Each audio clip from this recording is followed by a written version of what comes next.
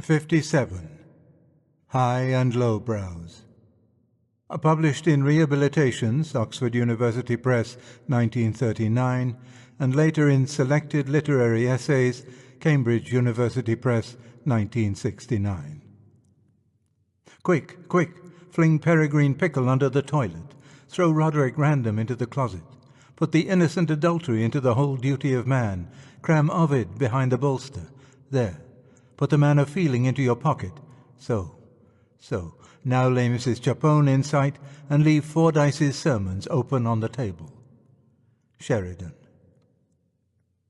Aristotle often begins his argument with what he calls an isagogy, a collection of instances which is not, if I understand the matter, intended, like Mill's induction, to prove a general principle, but merely to open our eyes to it. The following instances are meant to form such an isagogy. 1. Not many years ago, a lady whose studies I was attempting to supervise propounded a literary theory of general application which I found myself unable to accept. Applying the elenchus after my fashion, I inquired whether her theory would cover the tale of Peter Rabbit. After a silence of some minutes, she asked me if I thought there was any use in introducing such an example into a serious literary discussion. I replied that Peter Rabbit was a book, and certainly not so bad a book that it could be left outside the classification literature. The lady, who is as honest as she is learned, and whom I mention here with all respect, was not prepared to call Peter Rabbit bad. Trivial was the word she finally fixed on. But she was quite sure that doctrines about literature need not apply to it. 2. I have heard of a preparatory school where the library regulations divide the contents of the library into two classes, good books and books. The boys are allowed to take out 2 good books for every 1 book. To read a good book is meritorious, to read a book only tolerable. At the same time, those responsible for the regulations have hesitated to label as bad the books which they thus contrast with the good. 3. I have heard the head of a great college praise the novels of Anthony Hope and conclude by declaring with enthusiasm, "They are the best bad books I've ever read." Here, it will be seen, the word bad is actually used, but used in a sense which admits, inside the class bad, distinctions of good, better, and best. 4. I have often heard, and who has not, a plain man praise even to rapture the delightful merits of some favorite story, and end with the humble reservation, "Of course, I know it's not real literature." I trust that these 4 instances are already making clear to you what it is I want to discuss. In all of them we see a distinction made between 2 kinds of books, to the one of which a certain honor is attached, and to the other a certain note of ignominy. Yet in spite of this, there is a reluctance to identify this distinction with the plain distinctions of good from bad or better from worse. Those who uphold the distinction prefer to call the inferior class popular, common, commercial, cheap, trashy, or the like, and the superior class literary, classical, serious, or artistic. In our own time, the 2 odious adjectives, lowbrow and highbrow, have been introduced as the names of the 2 classes, and bid fair to oust all their rivals. There will also be noticed in the 1st, 3rd, and 4th of my instances a suggestion that the lowbrow works are so different in kind from the highbrow that they have a goodness and badness of their own, a servile virtue and servile vice peculiar to themselves, that they are to be judged by peculiar standards, and that what is said of literature simpliciter is not said of them. Now it seems to me that in this popular distinction there is some confusion between degrees and kinds of merit. If the lowbrow books are really a special kind of book, I do not see how they can be inferior to the high. You cannot be beaten by a man unless you enter the same competition with him, nor overtaken by a man, as Chesterton observes, unless you both run in the same direction. At present, the distinction is certainly used to allow us the satisfaction of despising certain authors and readers without imposing on us the labor of showing that they are bad. It is also used, I find, to allow people to enjoy lowbrow art without gratitude on the one hand or shame on the other, And those who would hesitate to say, "Let's go and see something bad," will cheerfully say, "Let's go to a lowbrow film." The whole distinction seems to be made in order to enable us to have it both ways. In the following paper, I propose two questions. 1. Is the class of lowbrow books, or books simply, as at the preparatory school, really the class of bad books? 2. If not, is the distinction useful in some other way? As soon as we approach the first question, we notice that even if all the lowbrow books, which I am going to call Class A, are in fact bad, even so the distinction between lowbrow and highbrow, or between Class A and Class B, will not coincide with the distinction between bad books and good books, for the very obvious reason that Class B contains bad books too.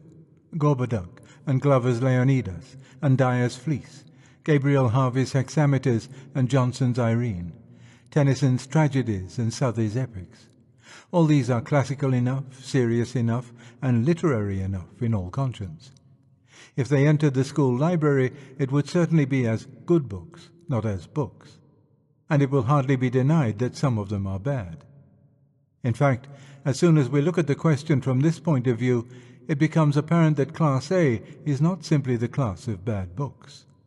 Mere failure does not infallibly give the right of entry to it. If all the books in it are bad, it must be with some special sort of badness, an A badness. But are they all bad? As I have not read the novels of Anthony Hope, I cannot, though my third instance invites me, select them for analysis. But perhaps Rider Haggard will do as well, for his books are certainly in the A class, and, in my opinion, some of them are good, are therefore good bad books, as the head of that college would say. And of his books I select She. If I ask myself why it is that I have more than once read She with enjoyment, I find that there is every reason why I should have done so. In the first place, the story makes an excellent approach. The central theme is suffered in the first chapters to woo us across great distances of space and time. What we are presently to see at close quarters is seen at first, as it were, through the wrong end of the telescope. This is a fine exercise in the art of alluring. You may see the same thing at work in the opening of the Utopia, in the second act of Prometheus Unbound, and in the early books of the Odyssey. In the second place, it is a quest story, which is an attractive thing. And the object of the quest combines two strong appeals. It is the Fountain of Youth theme and the Princesse Lointaine in one. Finally, the withdrawal or conclusion, which is always the difficulty in quest stories, is effected by unexpected means which are, nevertheless, on the author's suppositions, sufficiently plausible. In the conduct of the story, the detail is mostly convincing. The characters who are meant to be amiable are amiable, and those who are meant to be sinister are sinister. The goodness of She is grounded, as firmly as that of any book whatever, on the fundamental laws of the imagination. But there is badness in it as well as goodness. Two things deter us from regarding it as a quite satisfactory romance. One of them is the continuous poverty of the style, by which, of course, I do not mean any failure to conform to certain a priori rules, but rather a sloth or incompetence of writing whereby the author is content always with a vague approximation to the emotion, the reflection, or the image he intends, so that a certain smudging and banality is spread over all. The other fault is the shallowness and folly of the things put into the mouth of She herself, and offered us for wisdom. That she, in her secular loneliness, should have become a sage is very proper, and indeed essential to Haggard's story. But Haggard has not himself the wisdom wherewith to supply her. A poet of Dante's depth could have given her things really wise to say. A poet of Shakespeare's address would have made us believe in her wisdom without committing himself. If my analysis is correct, She is not a good, bad book, in the sense of being a good specimen of the bad kind. It is simply good and bad, like many other books, in the sense that it is good in some respects and bad in others. And those who have read it with enjoyment have been enjoying real literary merits, and merits which it shares with the Odyssey, or the life and death of Jason. Certainly it is not a very good book, but since its vices are not sufficient to overwhelm its virtues, as the experience of many wiser readers than I has proved, it is better, say, than Leonidas or the Epic of Hades. In other words, this book of the A class is better than some books of the B class. It is better by every test. It shows more skill in the author and produces more pleasure in the reader. It is more in touch with the permanent nature of our imagination. It leaves those who have read it richer. And with this, the attempt to identify the classes A and B with the classes bad and good, or worse and better, has surely collapsed. We must now cast about for some other possible definition of the two classes. And it comes at once into my mind that the lady in my first instance ruled Peter Rabbit out as trivial. Perhaps the A class consists of trivial, and the B class of grave or weighty or momentous books. I think that those who use the A-B antithesis very often have something of this sort in their mind, but it is difficult to fix the exact sense of any of the words they use to express it. It is clear that the contrast cannot be simply between comic and serious, for then the stories in our parish magazine would be labelled B and Le Misanthrope A. It might be argued, no doubt, that Molière's play, though comic, is momentous as touching life at many points and dealing with the depths of our nature, and this might furnish the ground for a restatement of the distinction. B books being momentous in the sense just suggested, while A books touch us only superficially, or concern only highly specialized areas of our consciousness. But this would make the importance of being earnest an A. Nor is it clear that all the books already in the A class are thus superficial. They are often accused of being sentimental, and this charge, on inspection, often conceals an admission that their appeal is to emotions very basic and universal, to the same emotions that are concerned in great tragedies. Even Dr. Richards's boozy ballad, which is not only A, but bad simply, has a theme that Petrarch might not have disdained. Indeed, the more I look into it, the more I am convinced that any contrast of weighty and frivolous, solid and slight, deep and shallow, must cut right across the A and B distinction. How many of the most perfect things are, after all, trifles? The weighty and frivolous are kinds of literature, and in each kind we shall find good A's, bad A's, good B's and bad B's. This is not what we are looking for. Among the lowbrows themselves, I find that the distinction is often based on style. When the plain man confesses that the books he delights in are not real literature, he will often, if pressed, explain this by saying that they haven't got style, or style and all that. And when the plain man has been captured and made into a pathetically willing and bewildered university student, he will sometimes praise the great works which he has dutifully read and not enjoyed, for the excellence of their style. He has misused the jokes in the comedy, remained unmoved by the tragedy, failed to respond to the suggestions of the lyric, and found the episodes of the romance uninteresting. Utterly at a loss to explain the value traditionally set on what has proved to him so tedious, he hands it over to the thing he knows least about, to a mysterious entity called style, which is to him merely what occult forces were to the old scientists, an asylum ignorantiae. He does so because he has a radically false conception of style. He thinks of it not as the linguistic means by which the writer produces whatever results he desires, but as a sort of extra, an uncovenanted pedantry tacked on to the book proper to gratify some specifically literary or critical taste which has nothing to do with the ordinary pleasures of the imagination.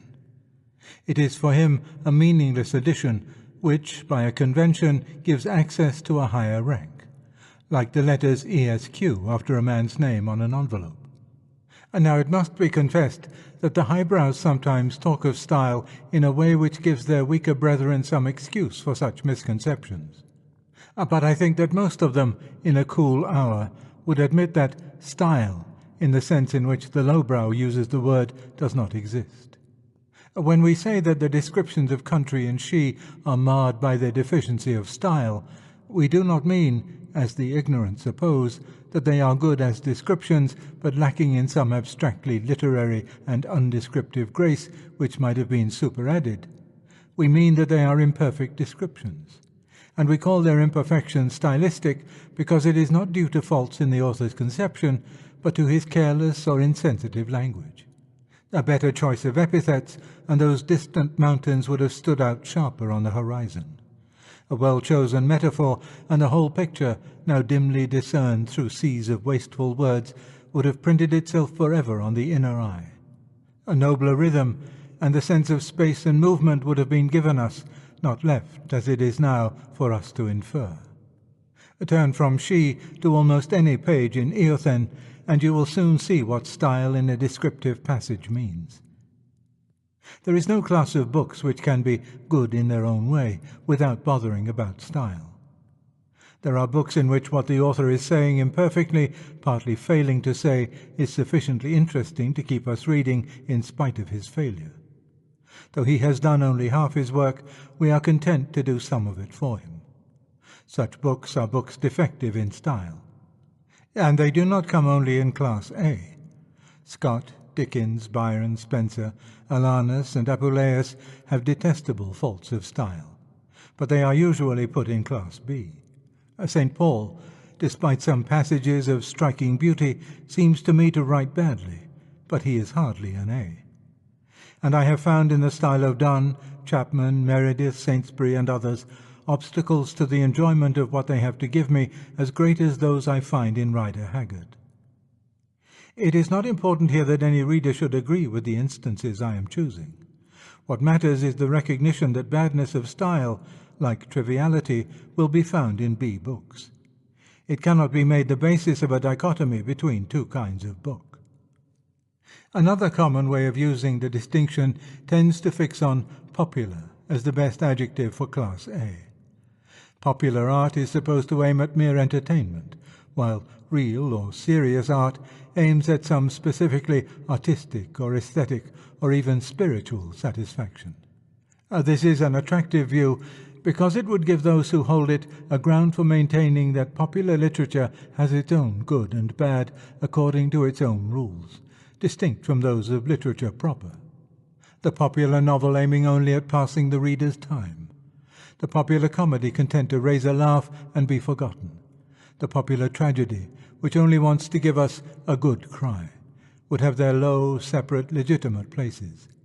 And since I observe that many of my highest-browed acquaintances spend much of their time in talking of the vulgarity of popular art, and therefore must know it well, and could not have acquainted that knowledge unless they enjoyed it, I must assume that they would welcome a theory which justified them in drinking freely of that fountain without forfeiting their superiority. But there is a troublesome difficulty in this form of the distinction. We know, without going to look, that the good books in that preparatory school library would include the novels of Scott and Dickens. But these, in their own day, were popular entertainment, bestsellers. Some of the contemporary highbrows may retort that they ought never to have been allowed into the B class. I do not agree, but let us concede it. Let us even concede the same about Scott's poems and about Byron, which were also once A's and are now B's. But what of Fielding, of Malory, of Shakespeare and all his colleagues, of the metrical romances, of Ovid, scribbled on the walls at Pompeii? What of Molière, finding the best judge of his work in the old woman who never failed to laugh in the same place as the audience whom he wrote to please? What, in another art, of Mozart's operas? It is not sufficient to say that a work designed for the popular market may sometimes, by a happy freak, outshoot its mark. The thing has happened too often to be called a freak.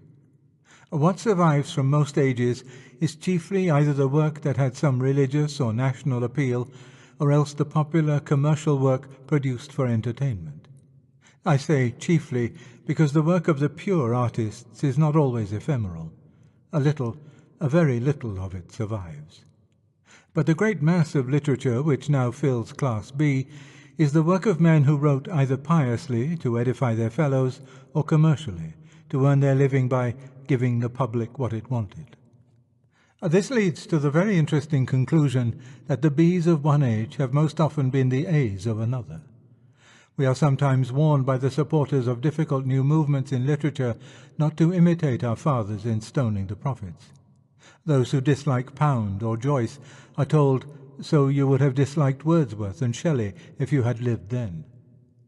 The warning may be useful, but clearly it should be supplemented by another. Beware how you scorn the best sellers of today. They may be classics for the intelligentsia of the 23rd century. If our age is known to posterity not as that of Eliot and Auden, but as that of Buchan and Woodhouse, and stranger things have come to pass, Buchan and Woodhouse will then be B's, and little boys will get good marks for reading them. Shakespeare and Scott, once A's, are now B's. If we could find what it is that the mere passage of time does to a book, we should have found out something about the real nature of the A and B distinction.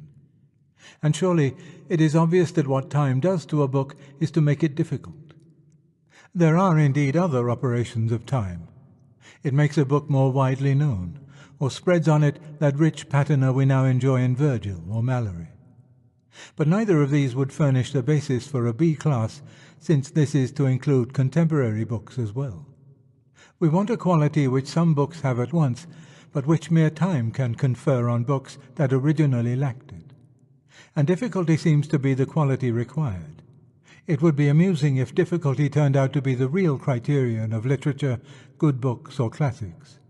If a comedy which was mere commercial art, as long as everyone could see the jokes, became aesthetic and spiritual as soon as you need commentators to explain them.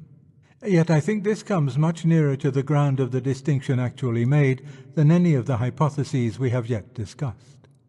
A distinction simply between easy and difficult books is a reasonable one, and it is certainly better to be able to enjoy both kinds than to be limited to the easy. A man who has hitherto relished only the easy and now learns to relish the difficult as well may properly be said to have improved his taste, for enlargement, other things being equal, is improvement. But there is a great difference between improvement in this sense, the mere enlargement of a taste which may already have been perfectly good within its own limits, and improvement in the sense of correction or of conversion from the bad to the good. There is also a great difference between the easy and the bad. No book can be bad because it is easy, or good because it is hard.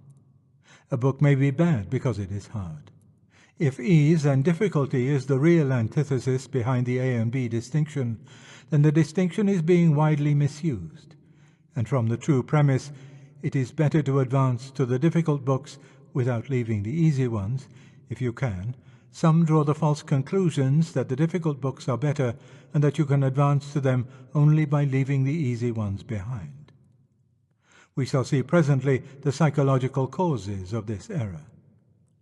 Closely connected with this form of the distinction is that other which makes vulgarity the criterion of an A book.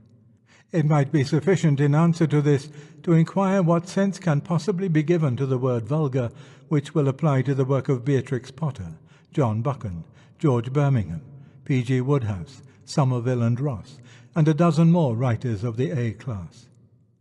But vulgar is a word so difficult and, in our days, so ubiquitous, that perhaps we should examine it more closely. It seems to me to have two principal meanings. In its first sense, it is a purely privative term meaning not refined, not subtle or delicate or many-sided. What is vulgar in this sense, compare the vulgar tongue, may be perfectly good. To lack refinement or subtlety, when refinement or subtlety are not required, is no blemish. Thus the line, "Then come and kiss me, sweet and 20, is, in its context, good and yet vulgar, because it expresses a conception of love neither elevated nor discriminating, and this is all that the song requires. The very same line would be vulgar in a bad sense if anyone were absurd enough to put it into the mouth of Lancelot addressing Guinevere after he has broken the bars, or Zeus addressing Danae as he emerges from the shower of gold. From this point of view, we might admit that all A literature is and ought to be irreproachably vulgar. It ought to deal strongly and simply with strong, simple emotions. The directness, the unelaborate, downright portraiture of easily recognizable realities in their familiar aspects, will not be a fault unless it pretends to be something else. If it essays without delicacy that which demands delicacy, it will then become faultily vulgar. But the whole art of good writers stands upon not doing so. But there is a second sense of vulgar. It may be used to mean something essentially and, in the long run, morally bad. The base, the mean, the example will make the matter clear. The best instance I know of vulgarity in this evil sense occurs in Chapman's Iliad. Homer has said of the old men on the wall, in Chapman's translation, "When they saw the power of beauty and the queen ascend, even those cold-spirited peers, those wise and almost withered men, found this heat in their years, that they were forced, though whispering, to say," etc. I do not mean, of course, that the suggestion of senile eroticism which Chapman has foisted on the original is in itself and necessarily vulgar. A man might make good lines, whether comic or tragic, even on this subject. But to have let it creep in here, of all places, to be unaware of gulfs of difference between this and anything Homer need be supposed to have meant, argues an ungentle heart and a bestial ignorance of the whole hierarchy of human feelings. It is something more than lack of delicacy where delicacy is required, though of course it is that too. It is a fatal unconscious welcome held out to the lower, when the lower has offered to usurp the place of the higher, a downward appetite to mix with mud. And we cannot here avoid such words as lower and higher, for vulgar, in its deeper sense, is really a term of moral reproof. It has nothing to do with the distinction of popular and classic. It is low hearts and not low brows that are vulgar. We have now made a fairly determined effort to find some useful meaning for the separation of literature into the two classes of classical and popular, good books and books, literary and commercial, highbrow and lowbrow, and we have failed. In fact, the distinction rests upon a confusion between degrees of merit and differences of kind. Our map of literature has been made to look like an examination list, a single column of names with a horizontal line drawn across it, the honor candidates above that line and the pass candidates below it. But we ought rather to have a whole series of vertical lines representing different kinds of work, and an almost infinite series of horizontal lines crossing these to represent the different degrees of goodness in each kind. Thus, Simple Adventure Story is a vertical line with the Odyssey at the top and Edgar Wallace at the bottom. Rider Haggard, R.L. Stevenson, Scott, William Morris will be placed on horizontal lines crossing Adventure Story at such heights as we may decide. A Psychological Story is a separate column, with its own top, Tolstoy or another, and its own bottom. With such a picture in our minds, we should avoid the confusion of those who say to a boy, "You should not read trash like King Solomon's Mines. Try Meredith." Such an exhortation urges him at once to move horizontally from one kind to another, and vertically from the less good to the better. But you are also doing something worse. You are instilling into his mind a notion, often henceforward indelible, that the pleasure he already has in not very good books is of a quite different nature from anything he is to expect in real literature, that the latter is something to be read in school, an affair of marks and school certificates and conceit and self-improvement.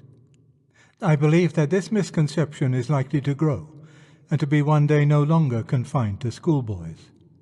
There are many circumstances which encourage it. Until quite modern times, the reading of imaginative literature in a man's own tongue was not regarded as meritorious. The great authors of the past wrote to entertain the leisure of their adult contemporaries, and a man who cared for literature needed no spur and expected no good conduct marks for sitting down to the food provided for him. Boys at school were taught to read Latin and Greek poetry by the birch, and discovered the English poets as accidentally and naturally as they now discover the local cinema. Most of my own generation, and many, I hope, of yours, tumbled into literature in that fashion. Of each of us, some great poet made a rape when we still wore Eton collars. Shall we be thought immodest if we claim that most of the books we loved from the very first were good books, and our earliest loves are still unrepented? If so, that very fact bears witness to the novelty of the modern situation. To us, the claim that we have always liked Keats is no prouder than the claim that we have always liked bacon and eggs. For there are changes afoot. The growth of English schools at universities, the school certificate, and the educational ladder, all excellent things, may yet produce unexpected results. I foresee the growth of a new race of readers and critics to whom, from the very outset, good literature will be an accomplishment rather than a delight, and who will always feel, beneath the acquired taste, the backward tug of something else which they feel merit in resisting. Such people will not be content to say that some books are bad or not very good. They will make a special class of lowbrow art, which is to be vilified, mocked, quarantined, and sometimes, when they are sick or tired, enjoyed. They will be sure that what is popular must always be bad, thus assuming that human taste is naturally wrong, that it needs not only improvement and development, but veritable conversion. For them, a good critic will be, as the theologians say, essentially a twice-born critic, one who is regenerate and washed from his original taste. They will have no conception, because they have had no experience, of spontaneous delight in excellence. Their good taste will have been acquired by the sweat of their brows. Its acquisition will often, and legitimately, have coincided with advancement in the social and economic scale, and they will hold it with uneasy intensity. As they will be contemptuous of popular books, so they will be naively tolerant of dullness and difficulty in any quack or sloven who comes before them with lofty pretensions. All literature having been as hard to them as that, so much an acquired taste, they will not see the difference. They will be angry with a true lover of literature who does not take pains to unravel the latest poetical puzzle and call him a dilettante. Having obtained the freedom of Parnassus at a great price, they will be unable to endure the nonchalance of those who were free-born. The cure for this is not to remove the educational ladder, the English schools, nor the certificate examinations. If the danger is recognized, it can be combated by teaching and by criticism at every point. Those in the predicament I have described can combat it in themselves if they will. A very little attention will soon discover in any lowbrow book what is really good and really bad, and will show us the very same kinds of goodness and badness in books that are not lowbrow. A little patience, a little humility, and all will be well. It is the vanity of new acquisitions and the lazy desire for oversimplification which threatens to impound 100 books, some irredeemably bad, some exceedingly good, in a class which can be dismissed from criticism. A man ought not to be ashamed of reading a good book because it is simple and popular, and he ought not to condone the faults of a bad book because it is simple and popular. He should be able to say, altering the names to suit his own judgment, I read Buchan and Eliot for the same reason, because I think them good. I leave Edgar Wallace and Ezra Pound unread for the same reason, because I think them bad. It is by no means for the protection of bad books that I wish the distinction of high and lowbrow abolished. That distinction itself protects bad books. As it robs excellent A books of deserved praise, it teaches its victims to tolerate bad A books. Why was Dr. Richards reading a bad book when he had influenza? Was it not that in his illness he needed an easy book, and having lumped all easy books together as contemptible, he made no further distinctions? That is the usual result of having a pariah class. Slavery, while depressing the slave of noble character, allows the vile slave liberties never conceded to the free servant. Those who most despise the class from which prostitutes are recruited are not necessarily those who abstain from fornication. And indeed, I am often shocked at what slips out sometimes about the recreational reading, the off-duty intellectual amusements of those who are sternest in their contempt for popular art, and demand least pleasure of the art they approve.